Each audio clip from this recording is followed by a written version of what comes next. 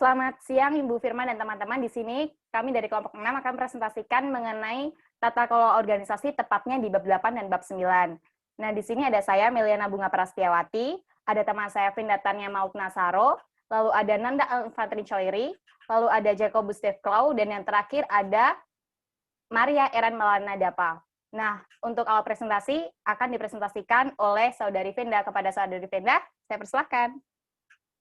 Selamat siang Bu Firma dan teman-teman. Perkenalkan, nama saya Venda Tania Maulid Nasaro, NIM 17211450, akan mempresentasikan hasil diskusi kelompok kami terkait penerapan corporate governance di Indonesia. Di sini yang pertama saya akan membahas terkait stakeholding versus shareholding. Kedua perspektif ini dapat digunakan dalam memahami berbagai macam fenomena corporate governance di Indonesia yang relatif spesifik dan juga berbeda dari negara lain.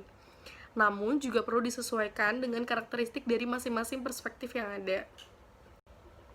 Nah, selanjutnya di sini saya akan membahas dari masing-masing perspektif. Yang pertama adalah perspektif stakeholding.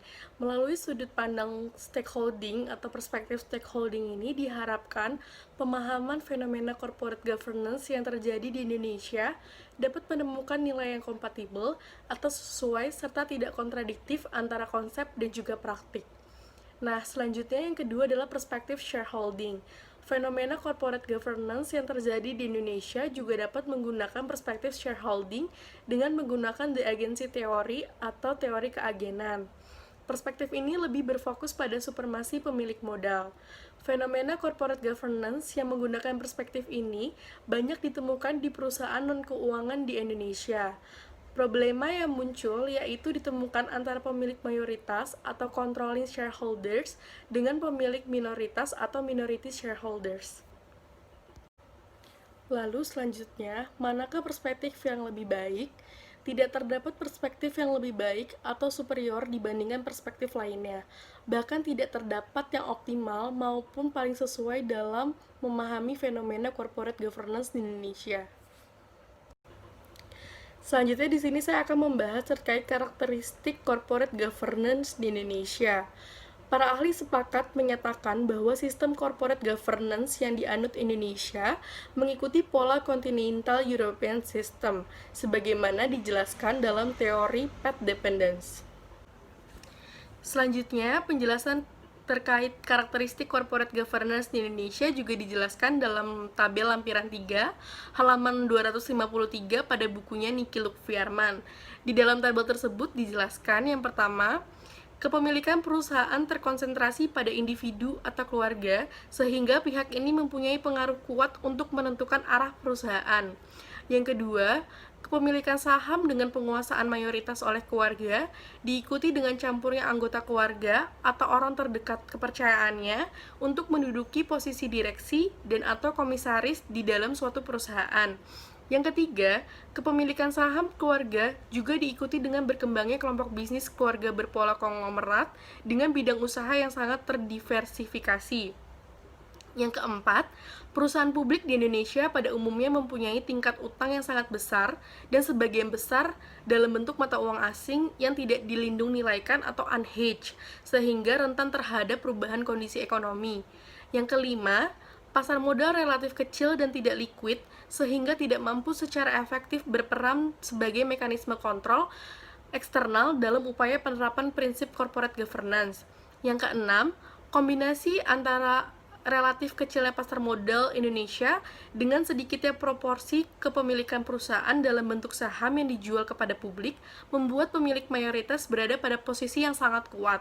Yang ketujuh, lemahnya penegakan hukum dan lembaga pendukung di dalam menjaga berjalannya sistem secara benar sesuai dengan fungsi yang telah ditetapkan. Yang kedelapan atau yang terakhir, belum terdapat upaya perbaikan menyeluruh yang mencakup pembenahan seluruh komponen sistem corporate governance guna mendukung terlaksanakannya penerapan mekanisme kontrol untuk menjamin berjalannya sistem ini secara seimbang dan berkesinambungan. Terima kasih. Oke teman-teman, selamat siang, selamat pagi, selamat malam bagi ibu dan teman-teman semua. Saya akan menjelaskan, melanjutkan presentasi kami mengenai kendala implementasi corporate governance di Indonesia. Jadi untuk corporate governance di Indonesia sendiri itu sudah diterapkan pada tahun 1999. Jadi pada tahun-tahun sebelumnya, pada tahun 1990-an itu terjadi krisis moneter di daerah Asia, dan didapati bahwa salah satu hal yang paling menyumbang terjadinya krisis moneter tersebut adalah tata kelola perusahaan. Makanya dipikirkan untuk meningkatkan tata kelola perusahaan tersebut. Nah, pada tahun 1999 Indonesia membuat sebuah komite yang diberi nama Komite Nasional Kebijakan Corporate Governance Indonesia, Governance, yang biasa disingkat dengan KNKCG, yang dimana komite ini bertugas untuk merumuskan prinsip-prinsip penerapan GCG di Indonesia. Nah, jika teman-teman lihat, sejak tahun 1999 sampai tahun sekarang 2020 itu sudah 21 tahun. Berarti seharusnya penerapan GCG di Indonesia sudah baik karena sudah hampir 21 tahun. Nah, tapi dari pada tahun 2015-2014 itu diadakan sebuah pemberian penghargaan yang dimana se-Asia, yang dimana akan diberikan penghargaan kepada perusahaan-perusahaan Asia yang memiliki tata kelola yang baik. Nah, dari 50 besar perusahaan yang ada di Asia, yang masuk ke dalam 50 besar perusahaan dengan tata kelola yang baik, Indonesia hanya ada 2 perusahaan yang masuk ke dalamnya. Nah, dapat disimpulkan bahwa dari sekian banyak perusahaan yang ada di Indonesia, itu masih sangat banyak perusahaan-perusahaan yang belum memiliki tata kelola perusahaan yang baik, ya, sehingga kesusahannya apabila perusahaan-perusahaan kita ingin go internasional. Nah, hal itu dikarenakan apa? Dari yang saya baca di buku itu ada 2 hal yang sangat mempengaruhi tata kelola perusahaan yang diterapkan di Indonesia. Yang pertama adalah kepastian hukum, yang kedua adalah budaya. Nah, kepastian hukum seperti yang kita ketahui sendiri, di Indonesia sendiri untuk kepastian hukumnya sendiri belum terlalu baik, ya. Jadi contohnya seperti rumitnya perizinan, terus banyak pungutan liar atau yang tidak resmi, terus adanya tumpang tindih antara peraturan-peraturan. Misalnya di kabupaten atau wali kota ada perda, terus di tingkat provinsi ada peraturan gubernur, terus di pusat ada peraturan pusat. Nah, hal ini yang membuat investor untuk kesusahan ketika ingin melakukan investasi. Selain itu adalah budaya. Salah satu budaya yang sangat tidak sesuai dengan prinsip GCG sendiri adalah korupsi, ya. Jadi budaya orang Indonesia yang dimana sudah bisa dibilang dibawa dari era Orde Baru, dimana budaya untuk melakukan korupsi yang dianggap benar, ya. Jadi membenarkan kegiatan korupsi. Contohnya seperti teman-teman kan sudah belajar di audit, di mana salah satu penyumbang ketika melakukan fraud adalah karena pembenaran melakukan kesalahan. Jadi ketika dia memimpin sebuah perusahaan, dia akan melakukan korupsi dan merasa tindakannya itu benar. Contohnya seperti dari sekian banyak uang dia akan mengambil sedikit dan dia berpikir bahwa cuma ngambil sedikit uangnya kok kayaknya tidak berpengaruh besar, dan padahal hal itu sudah melakukan tindakan yang salah, yaitu menggelapkan uang walaupun memang jumlahnya sedikit. Nah, padahal GCG sendiri itu memiliki prinsip bahwa harus transparan. Oke teman-teman, saya akan melanjutkan presentasi kami mengenai konsepsi Board of Director. Jadi, konsepsi Board of Director ini merupakan sebuah istilah yang digunakan oleh Amerika Serikat untuk kelompok pengawas yang terdiri dari pemilik perusahaan, terus perwakilan pemegang saham mayoritas, terus sama kreditur utama. Nah, fungsinya apa? Fungsinya adalah sebagai jembatan antara pemegang saham sebagai orang atau pihak yang memiliki perusahaan dengan pihak manajemen sebagai pihak yang menjalankan kegiatan perusahaan. Nah, dari governance sendiri itu fungsi dari utama dari BOD adalah untuk meyakinkan korporasi bahwa perusahaan telah dijalankan dengan cara yang tepat oleh pihak manajemen sehingga dapat mencapai tujuan perusahaan yang telah ditetapkan. Nah, di sini disimpulkan bahwa BOD ini adalah terdiri dari orang-orang yang dipilih atau yang terpilih untuk menjadi controlling dan pengarah kepada pihak-pihak manajemen sehingga pihak-pihak manajemen dapat menjalankan tugasnya sesuai dengan tujuan perusahaan atau sesuai dengan tujuan keinginan pemilik perusahaan. Nah, tetapi menurut seorang ahli mengatakan bahwa BOD tidak selamanya berpihak kepada pemilik perusahaan atau tidak selalu menguntungkan dari pemilik perusahaan, karena terkadang BOD sendiri melakukan kesalahan di mana tidak secara efektif memberikan pengawasan dan controlling kepada pihak manajemen sehingga tujuan perusahaan tidak tercapai. Dan apabila hal itu terjadi, sebagai BOD akan bisa dicopot sebagai BOD dengan cara komisaris selaku pemilik perusahaan dapat membuat sebuah rapat umum pemegang saham untuk memberhentikan BOD tersebut. Oke, selanjutnya teman-teman saya akan menjelaskan mengenai peranan Board of Director. Jadi menurut Tricker menjelaskan peran BOD sebagai the governing body untuk setiap entitas korporasi dengan peran utama berupa tanggung jawab yang berhubungan dengan seluruh keputusan dan kinerja keputusan perusahaan tersebut. Nah, jadi di sini adalah BOD menjadi dalam posisi struktur, BOD memiliki posisi tertinggi dari struktur tersebut. Makanya di sini BOD berperan untuk bertanggung jawab semua hal yang berhubungan dengan keputusan dan kinerja keputusan perusahaan kepada pihak yang memiliki perusahaan. Oke, sekian dari saya. Nah, yang berikut mengenai atribut anggota Board of Directors. Pada poin ini, setiap pelaku bisnis korporasi pada berbagai posisi struktur CG itu memberikan dampak yang besar tergambar dari sikap dan perilaku mereka terhadap berbagai aspek CG. Di sini juga setiap anggota BOD itu harus memiliki sifat integritas yang tinggi karena setiap anggota itu diberikan amanah untuk menjaga kepentingan perusahaan. Nah, kepentingan perusahaan yang dimaksudkan di sini adalah kepentingan pemegang saham pada perusahaan tersebut. Kemudian BOD juga harus memiliki pemikiran yang independen, lalu harus objektif serta imparsial dan juga memiliki personalitas yang positif, yaitu kemampuan untuk berinteraksi secara positif dengan orang lain. Yang berikut mengenai kompetensi inti Board of Directors. Di sini setiap anggota BOD itu harus memiliki keahlian, pengalaman serta pengetahuan. Nah, jadi di sini terdapat dua jenis kompetensi inti yang sesuai dengan jenis usaha dan skala organisasi. Yang pertama ada pengalaman dan keahlian. Nah, di sini seorang BOD itu harus memiliki pengalaman dan keahlian yang memadai agar setiap BOD itu dapat menjalankan perusahaan dan dapat memastikan bahwa perusahaan itu berjalan dengan baik. Yang kedua, pengetahuan yang memadai.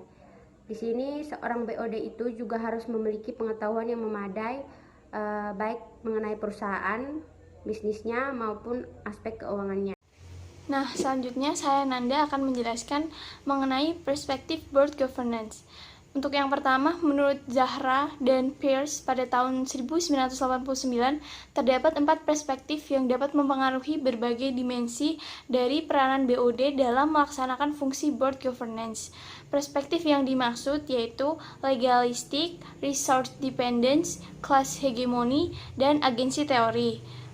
Menurut Rindova, pada tahun 1999, proponents dari kelompok The Managerial Dominance Perspective berpendapat bahwa keberadaan BOD di dalam korporasi tidaklah efektif karena mereka tidak independen atau tidak mempunyai pengetahuan memadai terhadap berbagai hal operasional yang berhubungan secara spesifik dengan perusahaan. Menurut Garan, pada tahun 1999 dan Hart pada tahun 1995, anggota BOD hanya memberikan manfaat minimal untuk dirinya sendiri, dengan terjadinya peningkatan kinerja korporasi dan sangat sering berperilaku mengabaikan peran akuntabilitas, tanggung jawab, dan peran lainnya sebagai BOD. Selanjutnya, menurut Fama dan Jensen pada tahun 1983, serta Jensen dan McLean pada tahun 1976, proponents of agency theory berpendapat bahwa BOD merupakan bagian dari mekanisme yang efisien di dalam aktivitas monitoring manajemen atau para eksekutif korporasi. Menurut Rindova pada tahun 1999, BOD merupakan instrumen pengawasan internal yang mengawasi sejauh mana manajer bertindak konsisten dengan kepentingan pemegang saham. BOD dan manajemen juga dapat bekerja sama di dalam melaksanakan fungsi masing-masing untuk kesuksesan organisasi. Menurut Jensen pada tahun 1993, pentingnya mekanisme kontrol board governance yang bekerja sama dengan peralatan mekanisme kontrol eksternal lainnya. Board governance sebagai bagian dari mekanisme kontrol internal akan bekerja secara in concert di dalam mengendalikan agensi cost antara pemegang saham dan manajer. Selanjutnya saya akan menjelaskan terkait Board of Director perspektif Continental European. Terdapat beberapa perspektif teori yang mengamati tentang hal-hal apa saja yang dilakukan oleh BOD dan bagaimana hal tersebut dilakukan. Nah, yang pertama yaitu ada Resource Dependence Theories. Ini memberikan argumentasi bahwa keberadaan board dapat digunakan sebagai mekanisme untuk mengurangi dampak ketidakpastian dari lingkungan organisasi melalui cara kooptasi dengan berbagai pihak eksternal yang mempresentasikan ketergantungan organisasi terhadap berbagai faktor yang bersifat kritikal.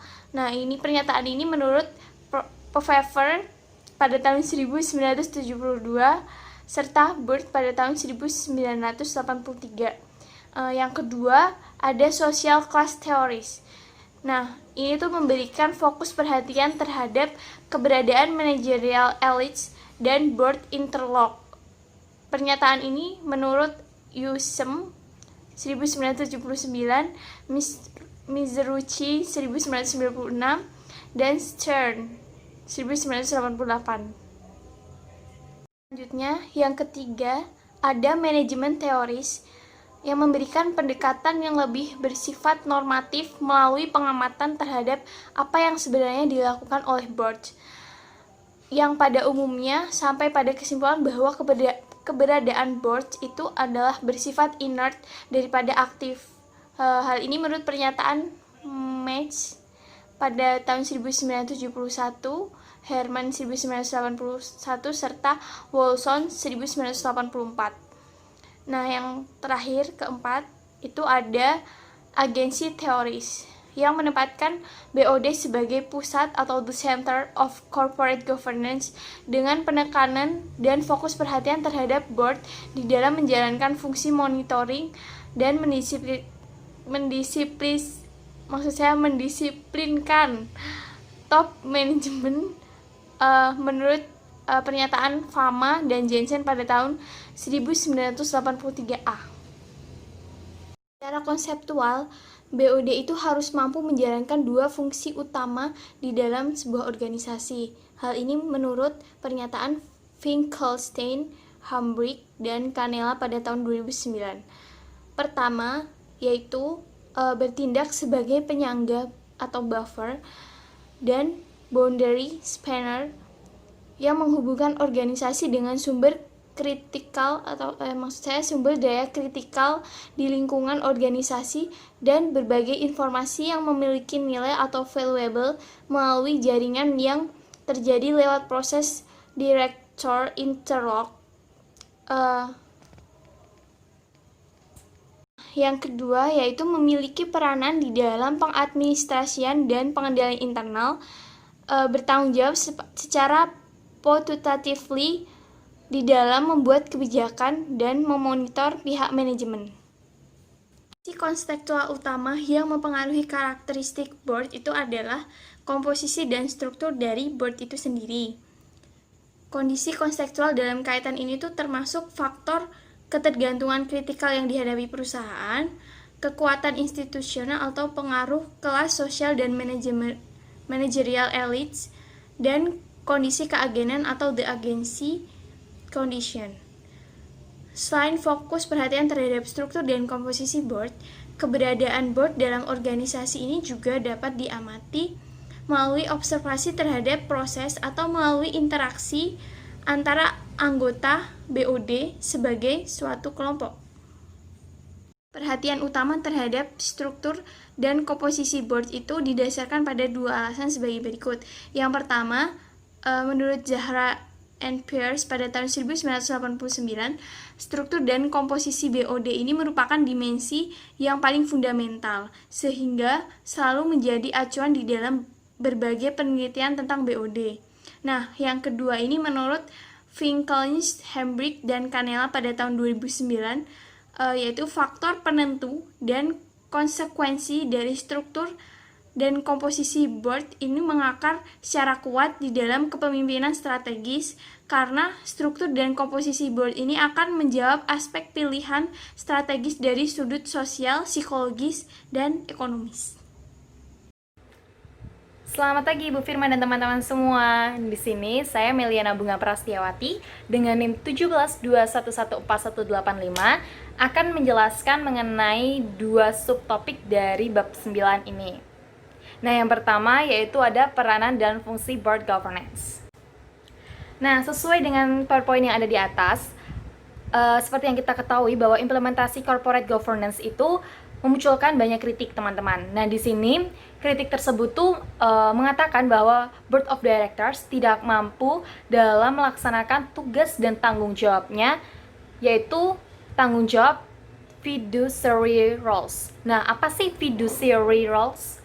Nah, fiduciary roles itu merupakan tugas yang terbit secara hukum dari suatu hubungan fidusia antara direksi dan perusahaan yang dipimpinnya, sehingga seorang direksi itu harus memiliki kepedulian dan kemampuan. Nah, pada dasarnya peranan BOD di dalam organisasi itu secara mendasar selalu dikaitkan dengan fungsi pelaksanaan tugas yang dicantumkan secara legal dalam bentuk anggaran dasar korporasi. Nah, apa sih sebenarnya fungsi utama dari board governance? Nah, itu ada dua, teman-teman, yaitu duty of loyalty and duty of care. Nah, ini tuh merupakan sebuah fungsi utama dari board governance. Nah, apa sih duty of loyalty? Nah, duty of loyalty ini merupakan sebuah fungsi atau tanggung jawab yang mempertegas bahwa tugas dari board of directors utamanya itu harus bertindak dengan niat baik dan juga menahan diri dari berbagai tindakan yang mementingkan diri sendiri. Jadi otomatis dari board of directors itu harus mengutamakan tanggung jawabnya dalam sebuah perusahaan yang dapat memberikan manfaatnya bagi perusahaan. Nah, sedangkan untuk duty of care itu merupakan fungsi atau tanggung jawab dari board of directors dalam menjalankan tugasnya sebagai anggota BOD, yang mana harus bertindak secara cermat dengan sikap dengan penuh kehati-hatian, terutama dalam tugas pengawasan. Nah, dari duty of care ini tuh mengharuskan anggota BOD untuk berperilaku jujur dengan niat baik dan melalui tindakan yang hati-hati. Nah, lalu untuk poin yang terakhir itu adalah adanya perbedaan secara institusional antara berbagai variabel governance, maka akan memberikan dampak juga terhadap fungsi dari board of directors itu sendiri. Nah, lalu kita masuk ke slide selanjutnya yang ini, yaitu adalah mengenai peranan BOD dalam meningkatkan manajemen strategi, maka harus kita pahami melalui tingkat keterlibatannya. Nah, di sini ada 6 tingkatan, teman-teman. Nah, yang paling atas yaitu ada Phantom, lalu yang ada yang paling bawah itu Catalyst. Nah, pada dasarnya Phantom itu merupakan tingkatan paling rendah, teman-teman. Sedangkan untuk Catalyst itu merupakan tingkatan paling tinggi dari tingkat keterlibatan Board of Directors dalam sebuah manajemen strategi. Nah, pada dasarnya 70% tingkat keterlibatan BOD itu ada pada tingkatan Phantom hingga nominal participation. Nah, walaupun berdasarkan pada prinsip akuntabilitasi, Board of Directors tuh harus mempunyai peranan lebih dari sekedar nominal participation. Namun, perlu kita ketahui bahwa untuk mencapai katalis itu tuh tidak sepenuhnya tuh memungkinkan, teman-teman. Kenapa sih? Karena pada dasarnya untuk tingkat katalis ini BOD itu cenderung dianggap memasuki dominan yang merupakan otoritas dari manajemen itu sendiri. Jadi untuk katalis ini lebih digunakan, atau mungkin tingkat keterlibatan BOD itu ada pada katalis ini jikalau itu adalah family business, begitu teman-teman. Nah, sekarang kita masuk ke slide selanjutnya, yaitu ada lingkungan eksternal dan peranan Board of Directors. Nah, pada dasarnya organisasi korporasi yang beroperasi pada abad ke-21 ini menghadapi berbagai tantangan manajerial yang mungkin bisa kita katakan relatif baru jika kita bandingkan dengan dekade yang sebelumnya, teman-teman. Nah, dengan adanya tantangan manajerial ini, maka dari itu mengisyaratkan perlunya kemampuan perangkat organisasi dalam sebuah organisasi atau perusahaan secara keseluruhan untuk berasimilasi dan menciptakan pengetahuan untuk berkompetisi dengan cara yang baru. Nah, maka dari itu, peranan human capital atau modal manusia atau sumber daya manusia sebuah perusahaan itu menjadi penting dalam menghadapi perubahan lingkungan sekaligus peningkatan intensitas persaingan. Nah, sebelumnya ya teman-teman, kita ketahui bahwa the driving force bagi perusahaan atau penggerak perusahaan itu tuh yang pertama tuh ada financial capital. Jadi kalau misalnya perusahaan itu nggak akan pernah bisa bergerak atau maju jika nggak ada uang. Dan juga adanya intellectual capital. Namun karena adanya perubahan lingkungan menjadikan human capital itu jauh lebih penting dari kedua hal tersebut, yaitu dari intellectual capital maupun financial capital. Tapi tidak dipungkiri bahwa untuk dua atau the driving force sebelumnya ini itu juga penting dalam menggerakkan perusahaan. Nah, maka dari itu, karena human capital itu menjadi penting, dampaknya peranan BOD sebagai bagian dari aset perusahaan berupa strategic human capital menjadi semakin penting. Nah, sesuai dengan slide ini, terdapat berbagai perubahan mendasar di lingkungan perusahaan yang telah memberikan dampak terhadap peranan dari BOD melalui board governance proses jikalau kita hubungkan dengan beberapa faktor ini. Nah, di sini sudah ada 5 faktor. Yang pertama yaitu sebelumnya akselerasi persaingan di pasar global mengisyaratkan kinerja persaingan yang superior. Namun karena adanya lingkungan eksternal yang berubah, juga menghendaki kepekaan perusahaan terhadap permintaan dan ekspektasi stakeholders. Jadi yang awalnya itu intinya gimana caranya menjadi lebih besar, sebuah perusahaan itu menjadi besar, namun sekarang pun juga gimana sih caranya perusahaan untuk memenuhi keinginan dari stakeholders sendiri. Nah, untuk siapa sih stakeholders itu sudah dijelaskan di bab-bab sebelumnya. Lalu yang kedua yaitu semakin kompleks lingkungan bisnis, maka menyebabkan semakin besarnya ketidakpastian dan kemungkinan terjadinya ancaman take over bids dan potensi bencana keuangan. Lalu yang ketiga, ada peningkatan permintaan transparansi dan akuntabilitas yang membawa dampak pada peningkatan standar kinerja dan kualifikasi board of directors pada perusahaan. Nah, khususnya itu pada perusahaan publik. Jadi dengan adanya perubahan lingkungan eksternal yang ada, maka dari itu tuh dari stakeholder sendiri tuh ingin untuk mengetahui bagaimana sih tingkat kinerja dari perusahaannya. Lalu untuk keempat, yaitu semakin aktif dan dominannya peranan institutional investor sebagai investor atau pemegang saham yang bersifat permanen, sehingga mereka tuh ingin atau menghendaki adanya peningkatan kinerja dari perusahaan atau organisasi tersebut. Lalu untuk yang kelima, yaitu tekanan kepada perusahaan untuk semakin terlibat dalam kegiatan atau aktivitas kemasyarakatan